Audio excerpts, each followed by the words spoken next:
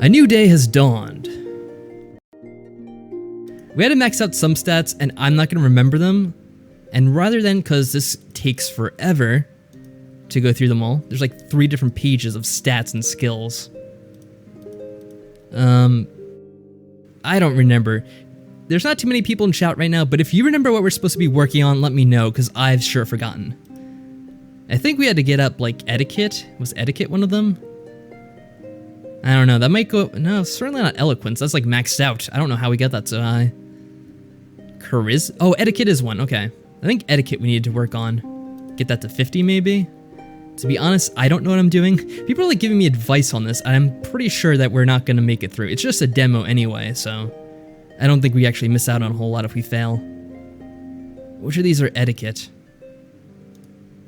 Oh, there we go. Etiquette. Yeah, we read up on some etiquette guides. That's great. Oh. Alright, right away with more stack running. I wonder if this is going to be much shorter than, like, the first week. The first week had all the, Who am I romancing? Right. Well, I was saying before that I was kind of interested in... No, this isn't the screen. I was kind of interested in pursuing this guy, Prince Hammond, because he's the roguish pirate, and I kind of like that type. I mean, not that I'm usually interested in guys in general, but for the matter of this game, of course. It's hard to please the matchmaker. Yeah, I noticed. And I'm pretty sure we're going to fail. Have you had much experience with this game, by the way, Christy? Because if so, you can help talk me through this, because I don't know what I'm doing. Yeah, it ends after the last meeting. That's what I figured anyway. It doesn't really matter unless we get to the full game, which isn't even out yet. But yeah, I think we're pursuing him. Other people were making other suggestions, like someone wanted... What was his name? I don't even remember who the other guy was. Someone wanted... Was it Lyle? No, Lyle's gay. Jared? Someone suggested Jared, but he seems like a dick. Duke Lion, maybe, or Claremont. I think it was Claremont, actually. But we don't have much of anything with him, unfortunately. So that's probably not going to happen. Not that it really would happen in the demo anyway, I'm sure. Oh, you beta tested this game. That's pretty cool. Alright, what are we doing?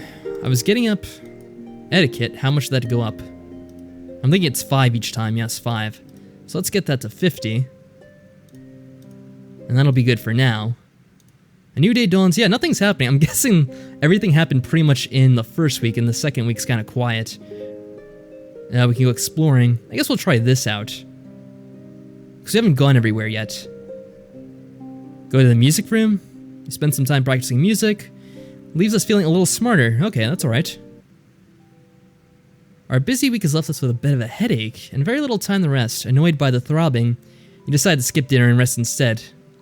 I wonder if that was... Is there like a stress meter? Not journal.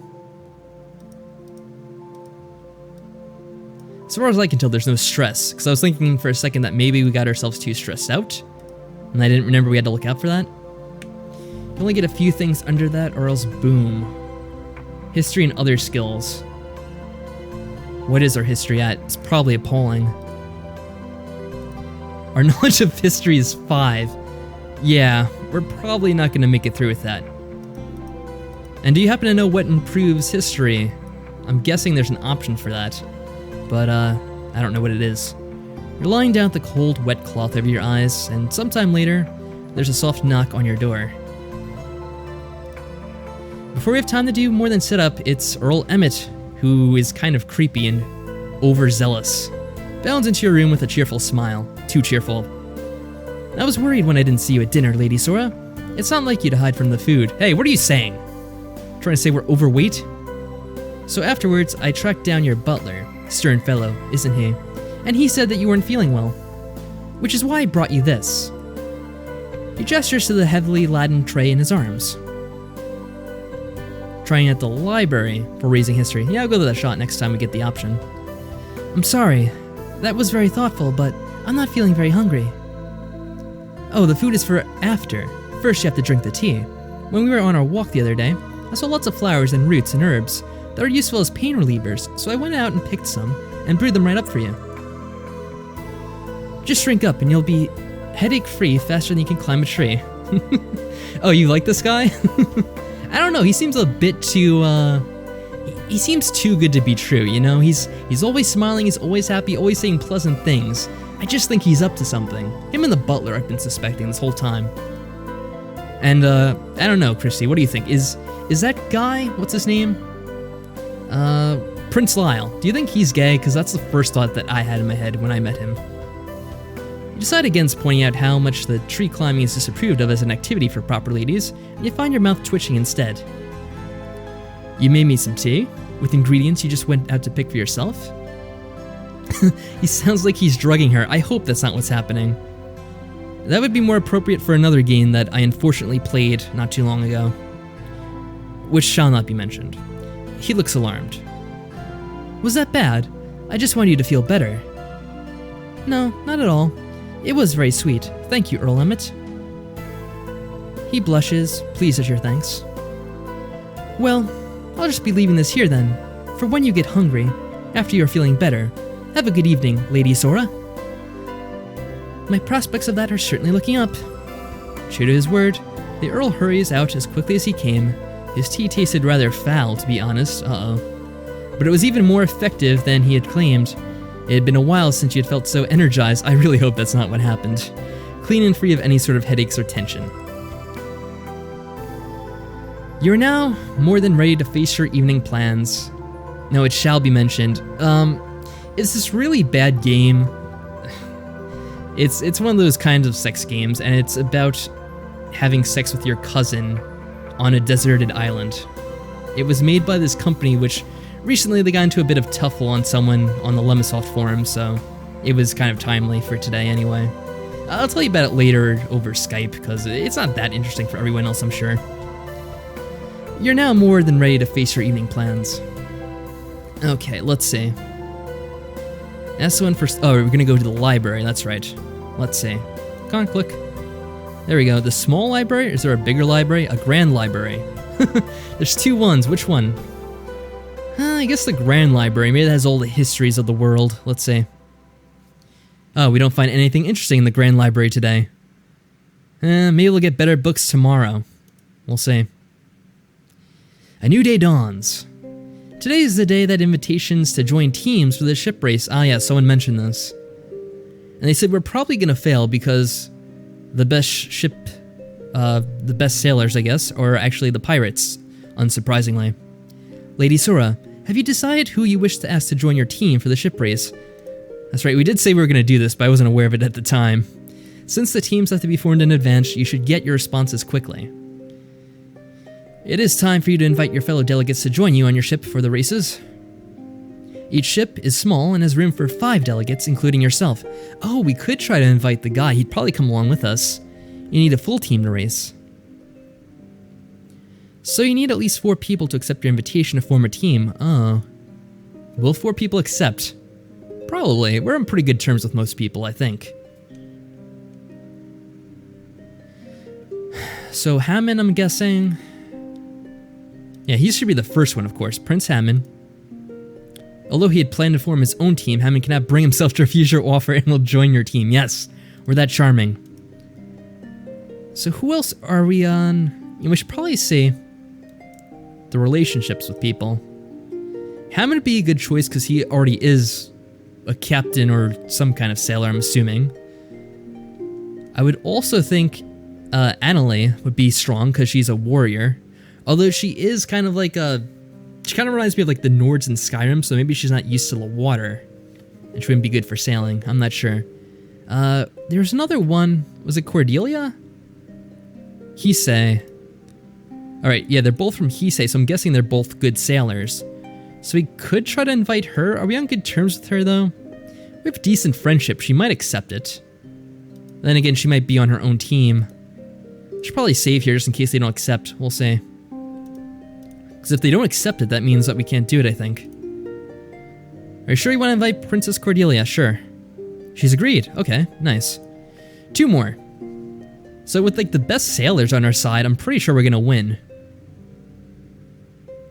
Anna for being Anna. Yeah, I'll invite Anna. I think she'll probably be strong anyway. Even if she's not good at sailing. And one more. Who is a good last choice? Lyle's kind of a pretty boy, so I don't think he'd be very good for sailing. Jared might be good for sailing, but he doesn't like us very much. Zared... I don't really know about him. He's kind of a playboy as well, but he might be a good sailor. Let's see. I'm going to take one more look at the menu and see who would be decent, probably. Profile. Wait, where? Relationships, of course, duh. Maybe Claremont. I don't know, guys. What do you think? Do you think Claremont would be good for sailing? Or maybe Emmett. Emmett's kind of a good chap. He's always in a chipper mood anyway. I'll pick Emmett. We'll see what goes wrong with that. Earl Emmett.